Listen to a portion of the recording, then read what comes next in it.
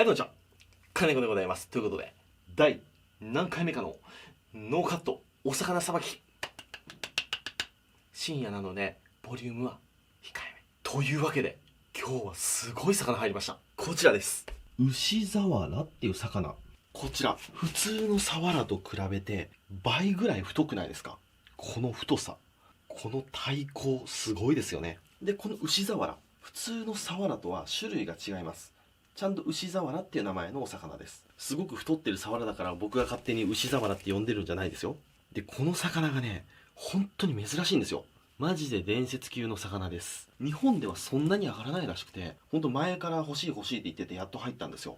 で、ちょっと観察していきますと、尻尾も普通のサワラと比べてなんか長い気がしますよね。カツオとかマグロに近い尻尾の形してますね。んで、この太い体高にこうやってサワラ独特の点々がついてますね。で、胸びれ。これ大きいですね、胸びれが。普通のサワラってもっとこうシュッてしてたような気がするんですけどね、ちょっと丸っこいですね。で、ここら辺のヒレの形状は普通のサワラと似てますね。顔もね、若干シャープなんですよね。で、やっぱりサワラっていうだけあって、歯はとっても鋭いです。これ絶対噛まれちゃいかん歯の形してます。下手したら小型のワニより危ないと思います。普通のサワラですら釣れた時って危ないんですよ。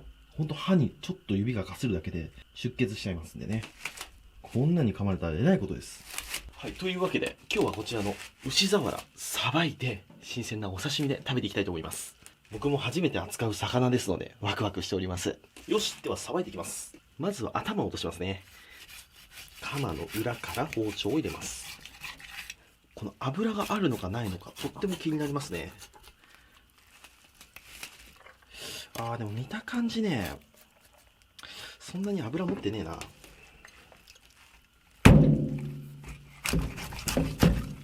ちょっといつもと反対側から包丁入れてますけど、あんまりね、サワラってあっちゃこっちゃ動かしちゃうと身が傷んじゃいますんで、できるだけ少ない回数の転がしでさばきたいですね。頭さえ落とせればね、だいぶ軽くなりますんで。よし、OK。頭が落ちました。よし。お腹ですね。普通のサワラと構造は似てますね。血綿もしっかり取っていきます、この段階で。久しぶりに登場、ササラ。これでね、血合いを描くんですよ。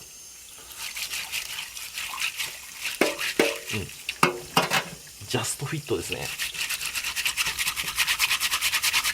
これが一番落としやすいな。このぐらいの大型魚の血綿はこれが一番取りやすいな。あんまりでも強くやっちゃうと腹骨貫通して身にいっちゃいますんで、ほどほどに。よ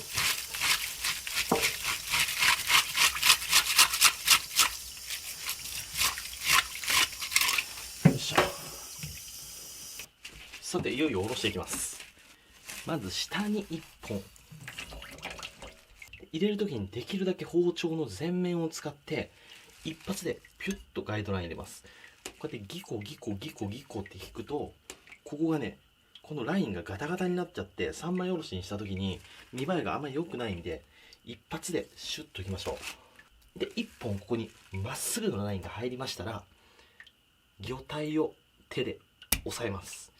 ビタッとつけました。そしたらこの手をこっちに向けます。そうするとさっきこの切れ込み入れたところが開きますんで、開かせながら包丁を入れる。で、その包丁を入れるときにこの背骨を感じながらね、毎回言う言葉、背骨を感じながら魚は下ろしてください。で、この時に手だけの力、こんだけの力で下ろすんじゃなくて、こう体全体を使って下ろしてください。こう体も一緒に動かす。こういう感じですね。そうすると全然疲れずに大きい魚もさばけます。トラさんもさばき方見てます、ずっと。お前もそろそろ魚さばけるんじゃねっていうぐらい見るよね、いつも。はい、では裏返してこっち側も一緒ですね。できるだけ包丁の前面を使ってこの背びれのちょい上にまっすぐ線を入れます。はい、綺麗に入りました。そしたら手を置いて、置いた手をこっち側に、そうすると傷口が開きますんで、背骨に沿って包丁を入れていきます。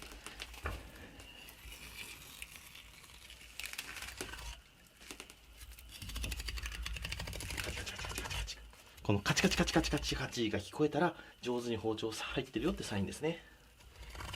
ちょっとやめてねトラ。そしたらお腹と背中にラインが入りましたら、尻尾の方から包丁を貫通させます。背骨の上通してください。こうなりました。こうなったら包丁を持ってない手で尻尾を持ちます。尻尾がない場合はこの付け根持ってください。尻尾あった方がさばきやすいですね。持ちやすいので。で、なんでこういう風に尻尾を持つかというと、力が入るのと、こういう風にこうやってやると危ないんですよ。基本包丁を使う時って包丁の刃先の前に手を持っていかないのが鉄則なんですよ。魚をおろすにも野菜切るのにも肉切るのにもそうですよ。もうそれが絶対鉄則です。そうすると手切りませんので、絶対手切らないです。包丁の刃先の前に手を持っていかなかったら 100% 手切らないんで。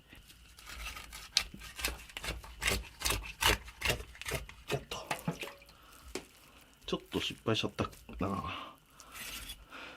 いきます。せーの。よいしょ。ちょっとここら辺残っちゃいましたね。で、これなんでこんなに身が残っちゃったかというと、これね、ここの包丁を入れる段階ではちゃんと入ってるんですよ。こういう風に。この鬼瓦は背骨がかなり山になってますよね。こういう背骨が山になってる魚っていうのは、こう入れた後にもう一回上決めて、ここも決めてあげなきゃダメなんですよ。さささささって。これを怠っちゃいましたね。こっち側も一緒です。ここまでちゃんと入ってるんですけど、そこから山のここに入れないとダメだったんですね。こうビーって。でもそうなった場合はこうやってスプーンとか、指とかで簡単に取れますんで、本来はこういう風に下ろせたら完璧でしたね。はい、じゃあこっち側も下ろしていきますね。尻尾は落としちゃいましょうか。で、これ裏側に向けて、こっちと同じ風にピッてやるやり方もいいんですけど、魚体が大きくて身が柔らかい魚、例えばこういうサワラとか、あとブリとか、あとマグロとかもそうですね。そういう魚は反転させずに、この状態で、ここから1本入れて、こうやって下ろしていきます。そうすると余計な手間数がかからないので、身の負担も軽減されます。で、ここも入れて、はい、こうまっすぐ入れましたね。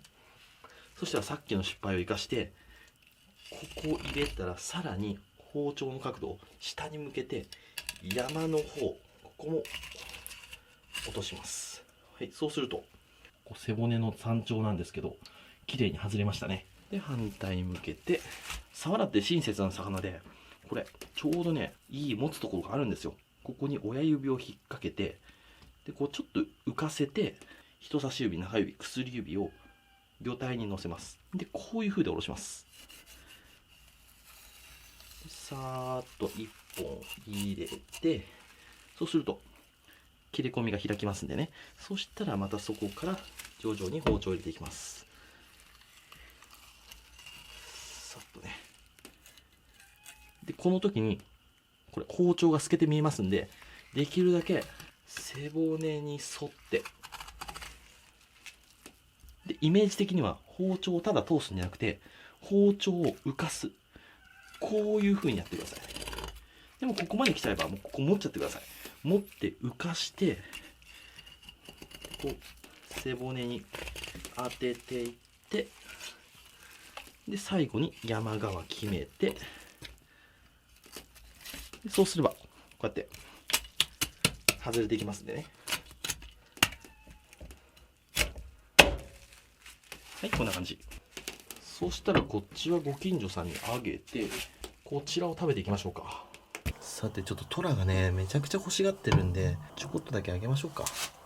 トラ、食べてみ。好きかな。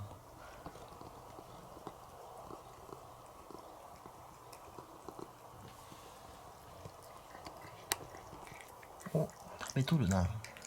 うん。好きみたいですね。やっぱりちょっと細かく切ってあげないと、この子はね、食べるの苦戦しますね。よし、そしたら次は俺も食べようかな。まずは腹骨をすきます。ちょっと腹が傷んでる感じはするな。多少日にちは経ってるな。腹骨をこう取っちゃって、で、ここ、サワラのトロですね。ここはね、切っちゃいます。で、焼き物に使いますね。ここれ見た感じ油ないね。なんかサゴシみたいな感じですね。サワラの子供、サゴシ。どうなんだろうな、うまいんかな。でも身はね、こう分厚いですね、かなり。で血合い骨を取ります。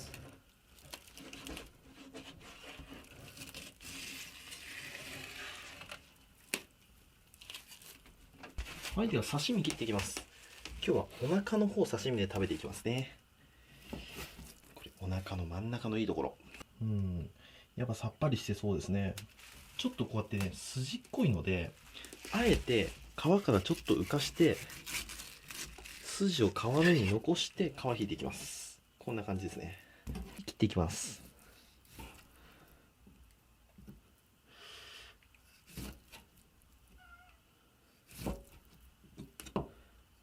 分厚めに。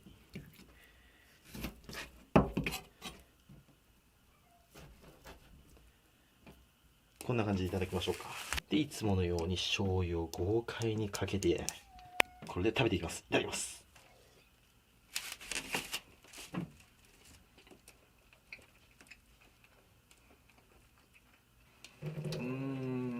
思ったより癖もなくて美味しいんですけど、ちょっと弱いかな。もう一踏ん張りだな。でちょっと喉がねイガイガッとしてますね。アクが強い気がします。これは刺身よりこう西京焼きとか、煮付けとかにした方が美味しいかもしれません。まだたくさんありますんでね、当分はサワラ料理が続きそうです。というわけで今日は珍しいサワラ、ウシザワラっていうお魚のノーカットお魚さばきでした。ご視聴ありがとうございました。